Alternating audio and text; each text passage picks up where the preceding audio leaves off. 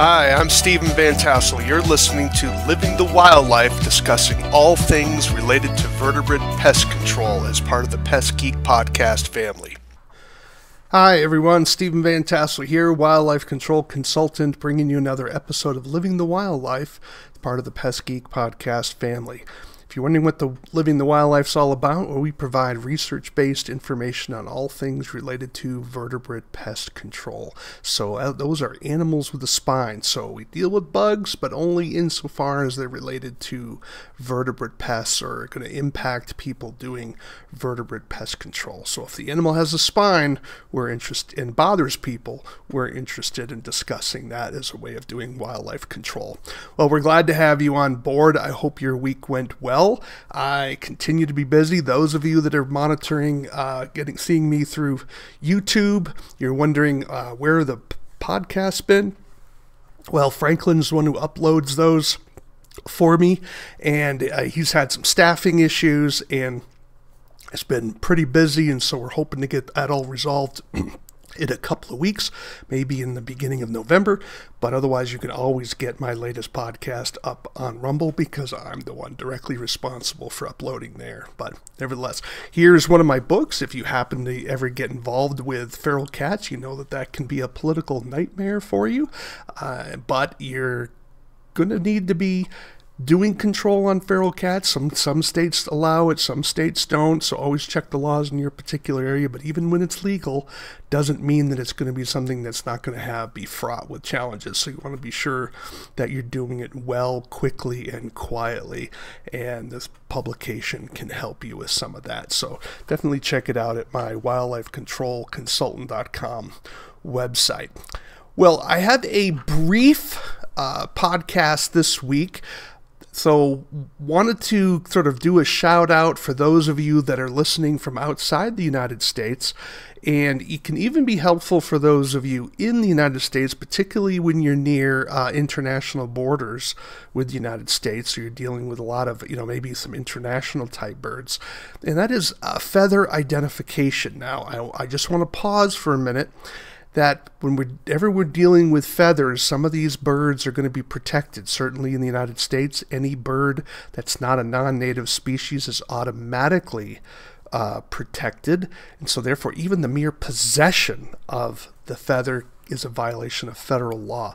So if you're looking to identify feathers, this is one website that can help you do it. In a future podcast, I'm going to talk about another website that has a little bit more focus to the United States. But nevertheless, this is a growing international database. So I thought I would just sort of introduce it to you so that you just had something to consult should you ever need to get involved with some feather identification. But always make sure you're following the law, because in the United States, I can't speak for other countries, it can be illegal to merely possess a feather of a protected bird. So you want to make sure that you are following the law. You're wondering, well, how do I do it? Well, I have a permit from the U.S. Fish and Wildlife Service as a scientific collector, and I collect feathers that I find, and I have to find ways, of course, to identify them because I'm not a feather expert. Nevertheless, trying to create some educational materials, and so I was able to do that. But you not only need to have a federal permit, you also need to have a state permit as well, because your state agency also has jurisdiction over wildlife in your state. So make sure you're following the rules, and those of you in the international arena that are listening, make sure you consult your appropriate authorities in your area as well. The site is called Featherbase. Makes sense. And so it's basically a site that tries to collate information on how to identify feathers.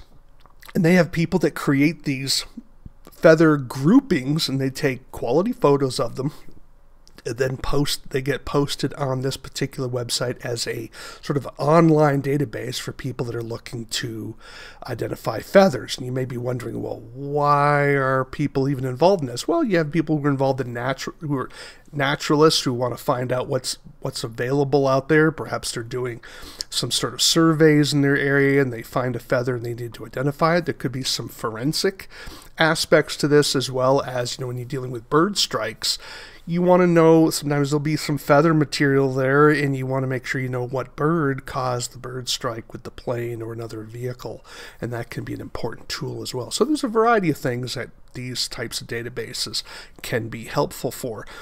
Now, when you come to this particular website, you see it's featherbase.info, and I'm on the English version. Notice that has a country filter that you can certainly use. And so let me just go with, I'll just go with Hungary for lack of a better name, and I can just, it gives me different birds here. I'm assuming these are they occur in Hungary. And you basically click one of the images here and notice it brings up a particular database of images of various feathers of this particular bird. And so these are quite helpful, and it gives you a very high level, and notice I'm kind of blowing them up here, but notice it gives you a variety of feathers here from this particular species of bird. And I'm just going to go backward here, and this particular bird is called, let's see what it's called here. This bird was collided with a window and they harvested out the feathers of this particular bird. This is a garden warbler, and the scientific name is Sylvia borin, as I'm seeing it here. So, kind of interesting. If you have to deal with birds that are in foreign countries, this is certainly one way to go. So let me kind of go over here to the United States and see what it has for us here. See if it gives me United States. It may not, because the United States has its own database. So I don't see the United States listed here. There we go. So I'm going to do so I have a filter here. I'm on English, and notice it gives me a variety of pages here as well. Now we have the northern house martin. So I'm just going to click this, and it gives me the northern house martin, all the different feathers related to this particular bird. So this can be helpful for you to identify feathers should you encounter one. So nevertheless, this is an interesting database for you to use. Now, they have it categorized in another way as well by the sort of genus or family of birds, perhaps. I'm just going to click this here, and it gives me the family. This is Apodiforms, swifts, and hummingbirds. And it only noticed unfortunately, there are no birds that are apodiforms in the United States under this particular group. So let me go with another one to see what's in here. Nothing there. So let me go with this one. Nothing there. All right. Well, I'm just going to keep clicking around here to see if I can find something that is... okay. Here we go. Now I'm on this particular, we have northern house martin,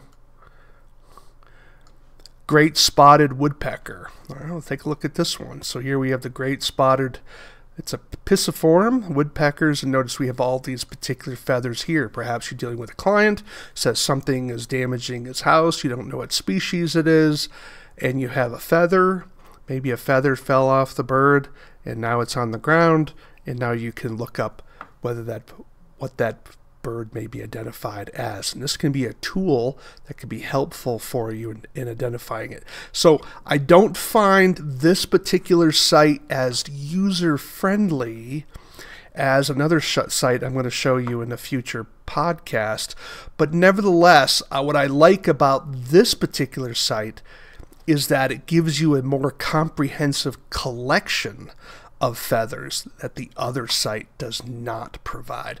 So what I mean by that, it's giving you feathers from like every part of the bird, where the other site tends to focus on tail feathers, wing feathers, which are obviously going to be more common, but there are going to be situations where you're maybe getting only the smaller feathers around the breast or maybe around the head.